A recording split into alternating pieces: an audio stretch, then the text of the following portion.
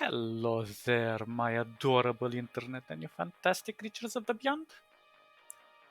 I want to test today with you guys how to make templates, because templates have such amazing benefits. I'm also playing some interesting new music in the background. It's synthware, like 80s vibe. Kind of like this music. So, um, when you want to make something from a template, you just have to go here, new from template, which is Ctrl Alt N, which is not really nice. Ctrl Alt N. I don't know, it doesn't feel so great. Ctrl Alt N. Anyway, so you can create different types of prints, blah blah blah. This is just the size here of the page, which I usually disable because I don't like to work into boundaries. But of course, this still displays where the boundary is, which is nice. I really like that. At first I didn't, but now I grew to like it. Then if you want to make something like for Facebook or blah blah blah, Facebook, Instagram, LinkedIn, Twitter, there's no YouTube? Well, that's interesting. Anyway, then you have the screen if you want to make a specific desktop size. This is usually useful for applications or something like that, I suppose. But these are kind of standard. Shape Builder, I think we've discussed this in the past. A really interesting concept. These are more or less just predefined, so you can play with these shapes, but you can create your own. Although keep in mind that they are a bit finicky. These are just, well, icons if you want to make an icon for our application. And this is for patterns. I think we also touched on this briefly. And then the custom one, which is my favorite one. So this is my main template, which usually opens with Inkscape. And it's nothing special. I just predefined it to kind of remember some tiny details like positioning of the page and the open tabs and so on, that how I have them, but nothing too extraordinary. But I have created this interesting one, which is called a color palette. So if we're gonna open it, this is what we get. And this is a color palette that I'm starting to use. I find it quite interesting. I've designed it myself, of course. This, well, since we've played with silhouettes so much, I thought of creating something inside here. But I'll explain in a moment why I have created this to like this on the screen. Obviously, we do not need this, but I'll show you my thinking. So this is the palette, which is gonna be here in the corner of the screen. And this is the canvas. And this canvas is just a simple, I even placed it to remove me because I don't need it, but basically when you start the template, it's gonna start on this layer. And since I don't want to design on this layer, I can just go select this and I'm gonna go to the appropriate layer and then I can just remove it, you know, bam. And I can work in my canvas. Now, what's the advantage of having this here? Well, the color palette, like for example, let's say we're creating some shapes here. And I want them to be different colors, right? I can leave this a little bit here. So let's say I want to predefine my colors here. I'm gonna take a few. Right now they're set on undefined or unset paint. And I'm gonna fill it with a color. I don't know, I'm a little bit too zoomed out so you guys can see. Let's say I'm gonna predefine some of my colors here. Like so. Nothing too crazy. But also I can predefine a gradient if I want. I don't understand why it's going like this. I suppose it's due to the fact that I have rotated this a little bit, but anyway. So maybe I want to define a gradient here. Let's say I'm gonna pick, I don't know.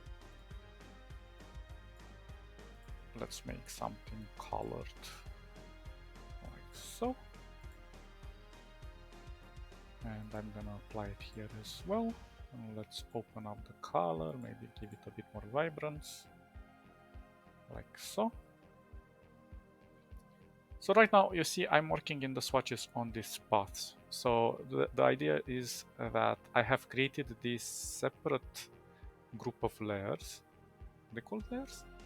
Yeah, they're layers. Because I don't want to overwrite it. So let's say I'm here. I could just take the color picker and select this. I can also go here and select this. Easy, right? Of course, I can create some controllers, and I might do this for the next project. But how do you apply this gradient to this, for example? Well, I'm glad you asked, my invisible friend.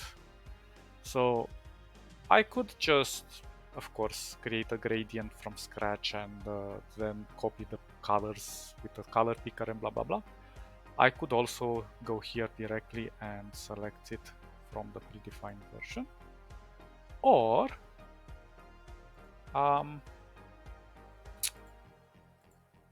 I could just go here, select this, and I could go edit. And there is, when I say copy, I think we have past style, which is Ctrl Shift V, which I always forget. So as you can see, it sets it here, although I don't know why it placed this here. Let's try this again. Let's unset it. So let's Ctrl Shift V. Yeah, I don't know. I modified the swatch of the gradient, unfortunately. But that's no biggie. Can just come back. And just reapply this to this. A bit difficult at first, but quite curious. Why? Let me see. Control C, Control Shift V. Yeah, I don't know. It's placing it here. Ah, well. What can you do? Nothing is perfect. Come on. Let's arrange it. I suppose since they're on separate layers or something, or maybe it's trying to indent it here on the same level. Oh, weird. What happened here? Oh, that's curious. Let's try this again. So, Control C, Control Shift V. But now it works. I don't know. It's a bit weird how it functions. Obvious. It works because it positioned it. Yeah, we were lucky. What is this?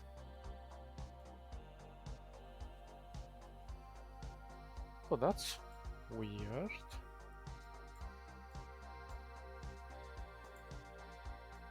Ah. Well,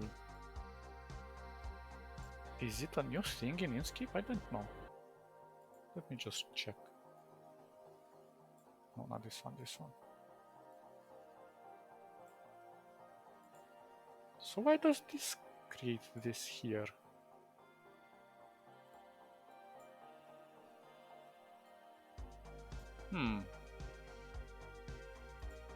Yeah, so apparently we have an extra node here. Can I delete it? But if I delete it, what's the point of this? Okay, let's try to remove it. How do I remove it?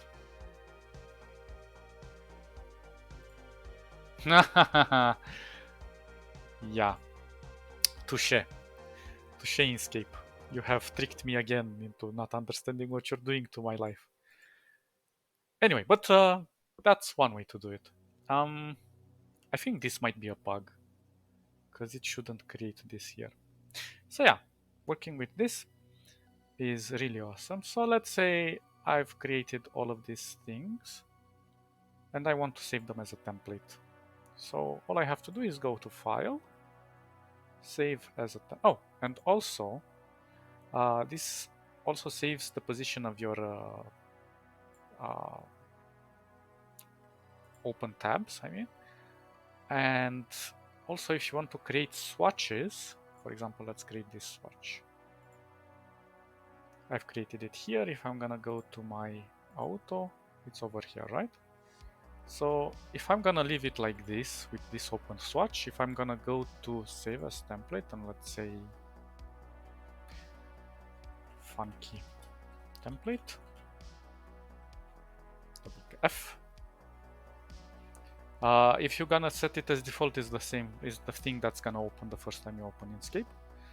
But if not, I'm gonna just save it like this. And now if let's say I'm gonna go new from template, or let's see, I think I still have the other one open in the background. Close without saving. So let's go like this, new from template, custom, funky template. Voila. Everything we did. It's basically saving a file and it's reopening it every time. It's somewhere saved in the Inkscape folders. And I'll make you guys this, well, not this specific one, the one that I made. I'll make it and I'll give it to you in the description down below on YouTube, so you guys can have it. But I think it's a neat little design. Anyway, I'm gonna use this in the next project and hope you guys gonna enjoy it, because we're gonna do some really weird things in there. I have some ideas with well, I'm gonna try to simulate some watercoloring. We'll see how it's gonna go. I'm not 100% sure it's gonna work out, but you know, this is an experimental channel, so whatever. No tutorials, no nothing. It's just us doing weird things to Inkscape, seeing it tortured. Okay, my lovely creatures of the beyond. I'll catch you in the next episode. You stay awesome and bye bye bye bye bye.